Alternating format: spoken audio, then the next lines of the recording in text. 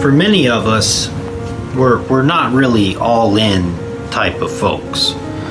There's always something that we put in higher regard than pretty much anything.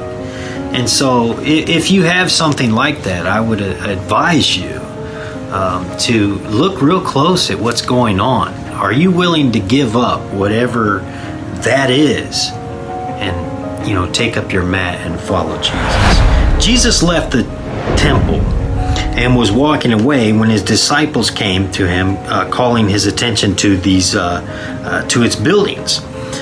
Do you see all these things? He asked. Truly I tell you, not one stone here will be left on another. Everyone will be thrown down. Jesus was sitting on the Mount of Olives, and his disciples came to him privately. Tell us, they said, when will this happen? And what will be the sign of your coming and the end of the age?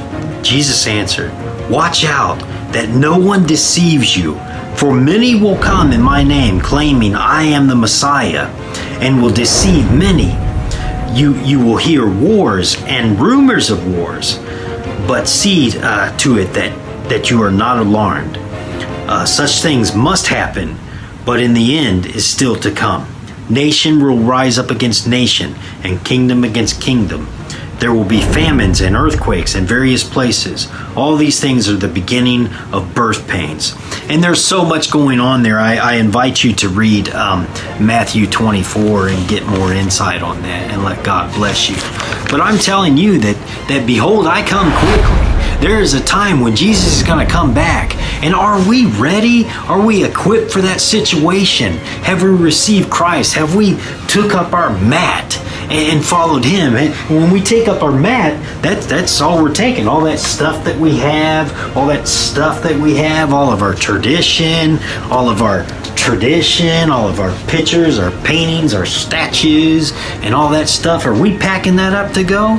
No, we're rolling up our mat, and that's it. That's all we need. Take up your mat and follow me. It's time to leave all this stuff behind us, all this hoorah, doo-rah junk, all this, primary and secondary weapon. Man, leave it all behind and get plugged into the Word of God and let it bless you. So much stuff, and we're so off path that if we could just leave all this stuff behind and take up our mat and truly follow God, truly be Jesus followers in our lives, we can move forward and just, it doesn't have to be dynamic. It's just going to be dynamic. It just seems like we get comments about, dynamic or some kind of words or something people don't like. But, everyone's going to be aggravated about something. But you know what? Let God be the victor of that situation. You know what I mean? We don't need to arm wrestle and see who's going to be this or whatever. I mean, we could lift up a bus right now and toss it across the entire nation. And that's possible. Why? Because God is a victorious God and nothing is impossible for him. And I want to tell you right now that your enemies are going to cut their teeth on you. Yeah? And is your skin going to be broken? I don't know. If it's all about your ego and all that, man, you'll be cut to pieces. You'll think that you've been attacked by 400 vampires, or something of the sort, and wow, that's just, what are we talking about? God can bless you if you could just submit to him. I just pray that, you just see that. I mean, we keep on saying this, but just see that. Bow down to the God that holds your blood-red destiny in the palm of his awesome hands. It is your choice. Choose God today. And the simplicity of this is so simple. What are we willing to give up? Are we willing to give up our tradition? Are we willing to give up our culture?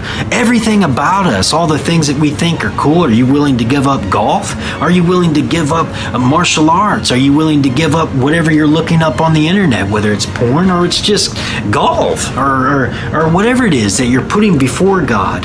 And the time that you could actually give him, which is very little, and maybe just get on your knees and give him some time. I mean, even if it's 5 minutes, it would be great. Let God come into your life and let him bless you in so many